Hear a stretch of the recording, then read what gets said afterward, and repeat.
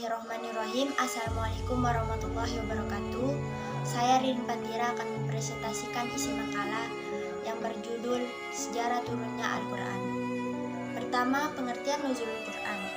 Nuzulul Quran terdiri dari kata nuzul dan Al-Quran yang berbentuk idafah. Penggunaan kata nuzul dalam istilah Nuzulul Quran atau turunnya Al-Quran tidaklah dapat kita pahami maknanya secara harfiah, yaitu menurunkan sesuatu dari tempat yang tinggi ke tempat yang rendah. Sebab Al-Quran tidak berbentuk fisik atau materi, tetapi pengertian Nuzulul Quran yang dimaksudkan adalah pengertian majazi, yaitu penyampaian informasi atau wahyu kepada Nabi Muhammad SAW dari alam gaib ke alam nyata melalui perantara malaikat Jibril. Kedua, tahapan turunnya Al-Quran. Cara penurunan Al-Quran dan yang pertama kali diturunkan, kita dapat mengetahui bahwa begitu hebatnya Al-Quran diciptakan. Proses turunnya ayat demi ayat begitu khas, diturunkan secara berangsur kepada Nabi Muhammad SAW melalui malaikat Jibril pada malam 17 Ramadan ketika beliau sedang berhalwat di gua yang bernama Gua Hira.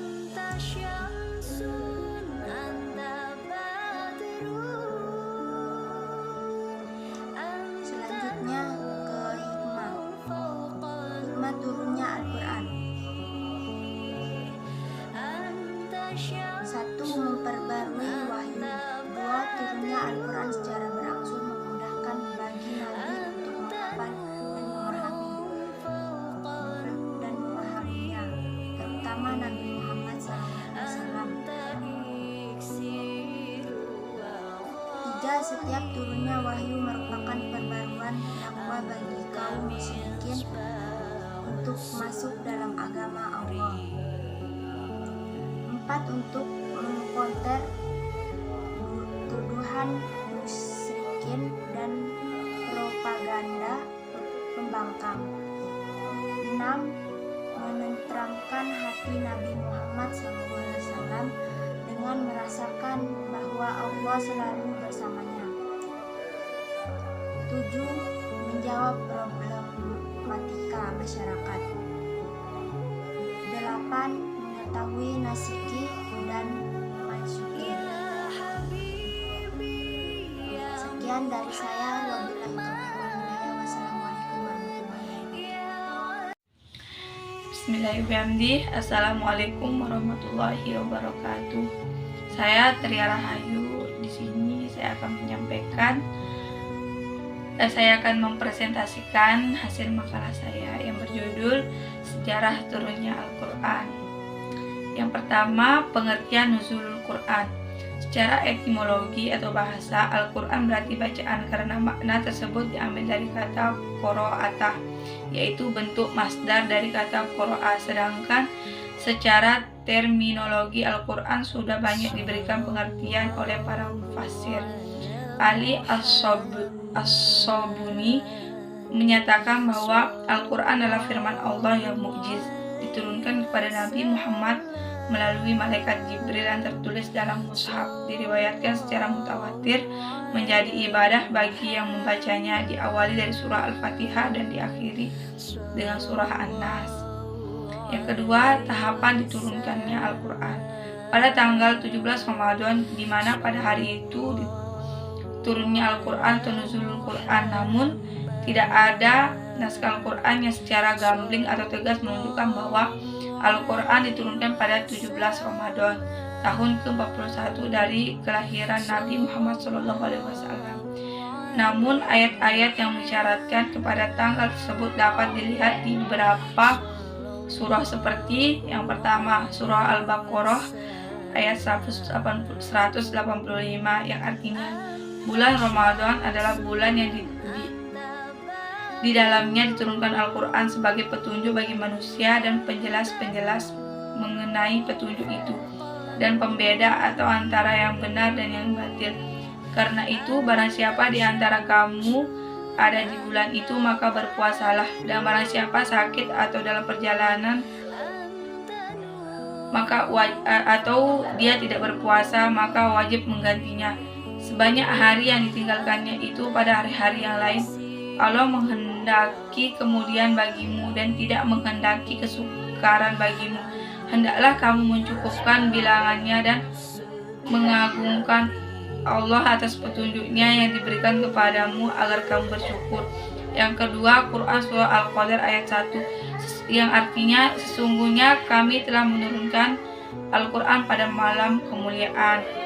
Yang ketiga, Quran Surah Ad-Dukhan, yang artinya sesungguhnya kami menurunkannya pada malam yang diberkahi.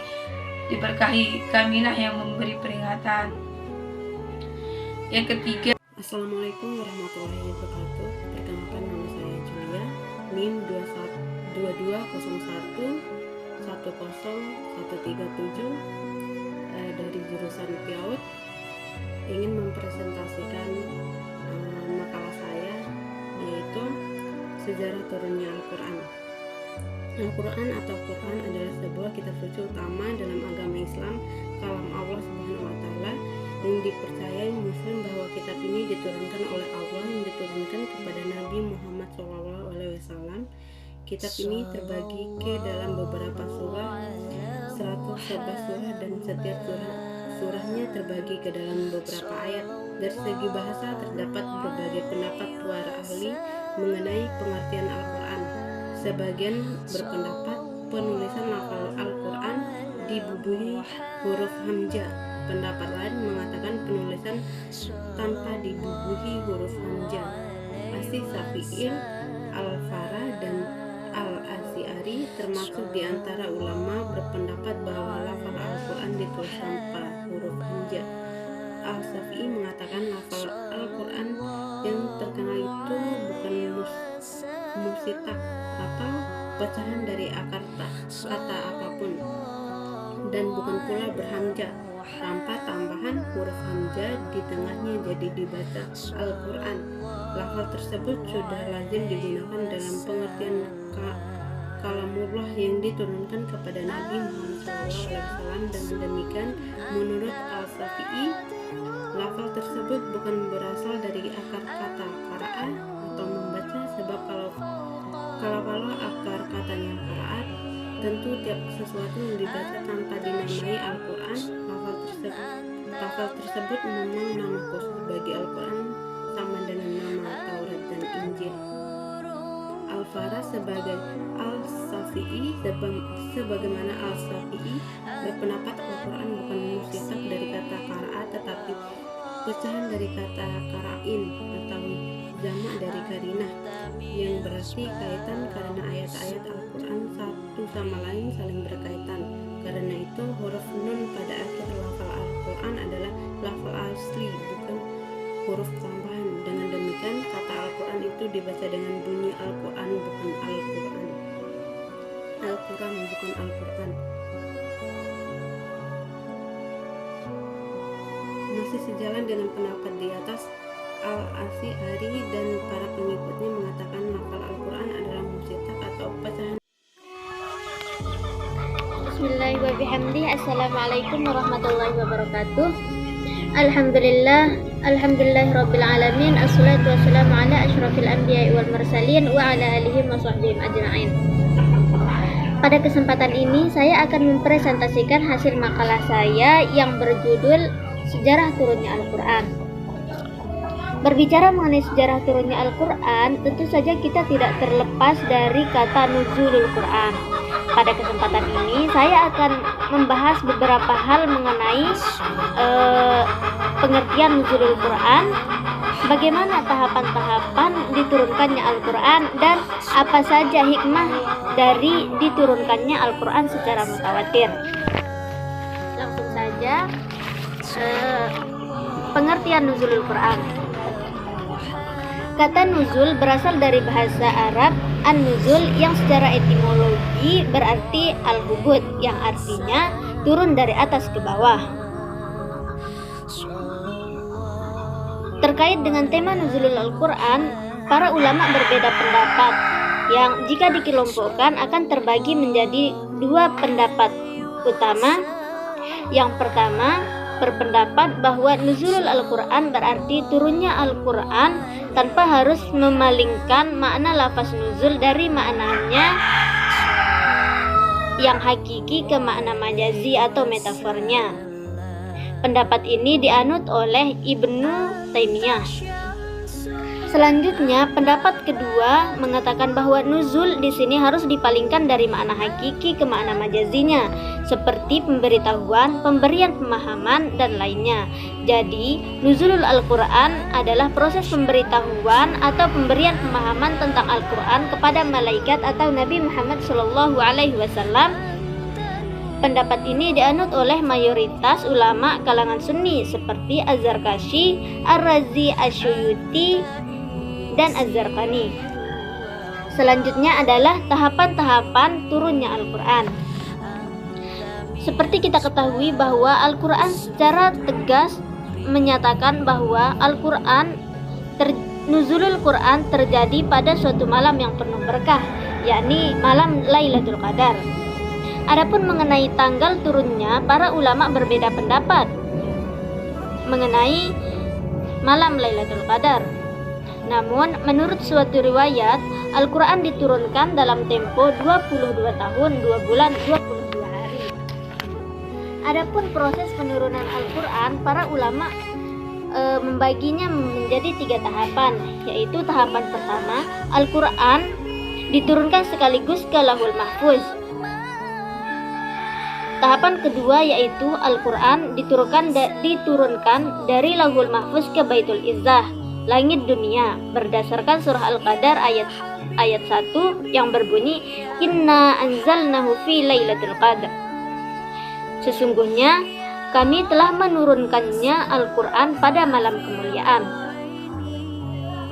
Tahapan ketiga dari proses penurunan Al-Quran yaitu Al-Quran diturunkan secara bertahap dari Baitul Izzah melalui malaikat Jibril alaihi salam kepada Nabi Muhammad SAW selama kurang lebih 23 tahun, yaitu sejak Nabi Muhammad SAW diangkat sebagai Rasul sampai dengan beliau meninggal. Pada tahapan ini, Al-Quran diturunkan secara berangsur-angsur sesuai dengan kebutuhan. Ada kalanya Al-Quran diturunkan 1 ayat, 2 ayat, atau bahkan diturunkan sekaligus 1 surah. Selanjutnya adalah hikmah turunnya Al-Quran secara mutawatir. Beberapa hikmah diturunkannya Al-Quran secara mutawatir antara lain, yang pertama, memantapkan hati Nabi Muhammad SAW ketika berdakwah. Yang kedua adalah menentang dan melemahkan Al-Quran, menentang dan melemahkan para penentang Al-Quran. Yang ketiga adalah memudahkan untuk dihafal dan dipahami. Dan yang keempat, hikmah keempat dari diturunkannya Al-Quran secara mutawatir yaitu mengikuti setiap kejadian yang karenanya ayat-ayat Al-Quran diturunkan, dan melakukan penahapan dan penetapan akidah yang benar, hukum-hukum syariat dan akhlak yang mulia seperti proses pengharaman khamar. Dan yang terakhir, yang kelima, hikmah yang kelima dari diturunkannya Al-Quran secara mutawatir yaitu membuktikan dengan pasti bahwa Al-Quranul Karim turun dari Allah yang maha bijaksana. Demikianlah presentasi makalah yang dapat saya sampaikan. Kurang dan lebihnya saya mohon maaf. Wassalamualaikum warahmatullahi wabarakatuh. Assalamualaikum warahmatullahi wabarakatuh. Saya atas nama Siti Rahma akan mempresentasikan makalah saya yang berjudul Turunnya Sejarah Al-Quran dan Cara Penurunannya Al-Quran. Tanggal 17 Ramadan diperingati umat Islam sebagai hari turunnya Al-Quran. Nuzulul Quran, namun tidak ada nasah Al-Quran yang secara eksplisit yang menunjukkan bahwa Al-Quran diturunkan pada tanggal 17 Ramadan tahun ke-41 dari kelahiran Nabi Muhammad SAW. Namun ayat-ayat yang menyesuaikan kepada tanggal tersebut dapat dijumpai di beberapa surat, seperti 1 surat Al-Baqarah, 2 surat Al-Qadar, 3 surat Ad-Duha.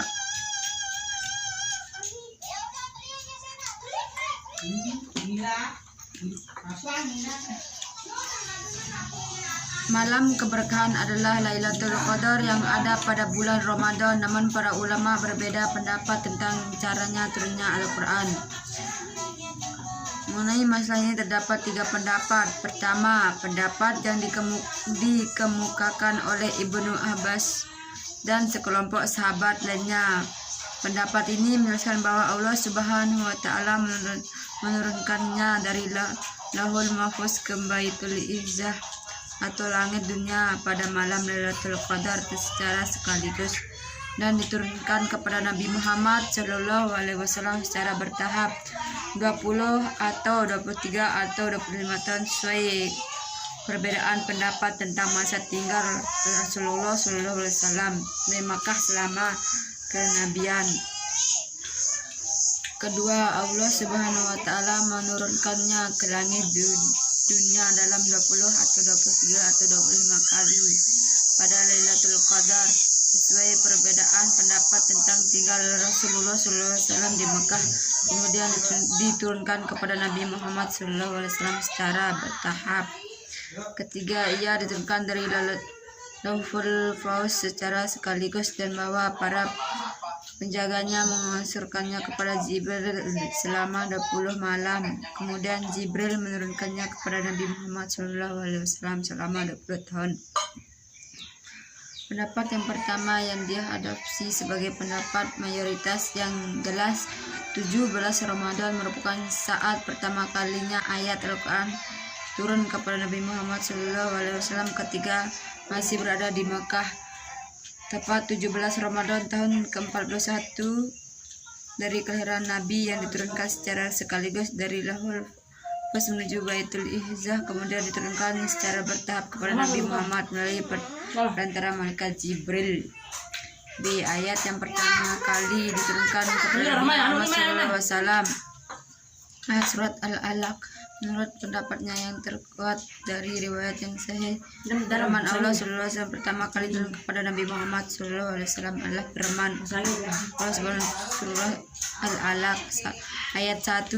Ayat tersebut diturunkan ketika Nabi Muhammad SAW sedang menyendiri dan beribadah di sebuah gua yang bernama Gua Hira yang terdapat di Jabal Nur, kira-kira 3 mil dari kota Mekah.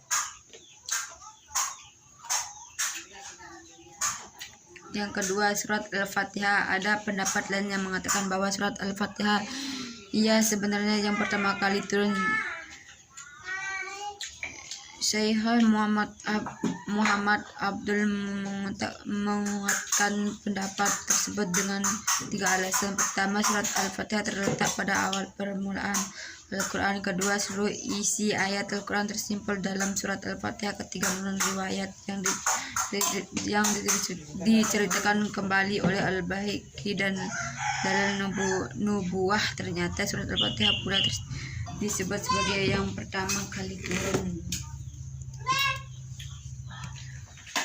Surat Al-Mudaththir. Surat Al-Mudaththir merupakan surat yang pertama kali turun. Pendapat ini didasarkan pada pendapat Jabir yang diriwayatkan oleh Imam Bukhari dan Imam Muslim dalam kitab-kitab Jami' as-Sahih masing-masing. Meskipun kedua pendapat terakhir di atas bersandar kepada riwayat yang sahih, tidak akan dapat melemahkan pendapat yang pertama. Sebab yang dimasukkan dengan surat Al-Alaq ayat 1-5 yang pertama kali diturunkan adalah ayat-ayat yang pertama kali diturunkan secara umum. Adapun yang dimaksud dengan Al-Fatihah yang pertama kali diturunkan ialah surat yang pertama kali diturunkan secara lengkap.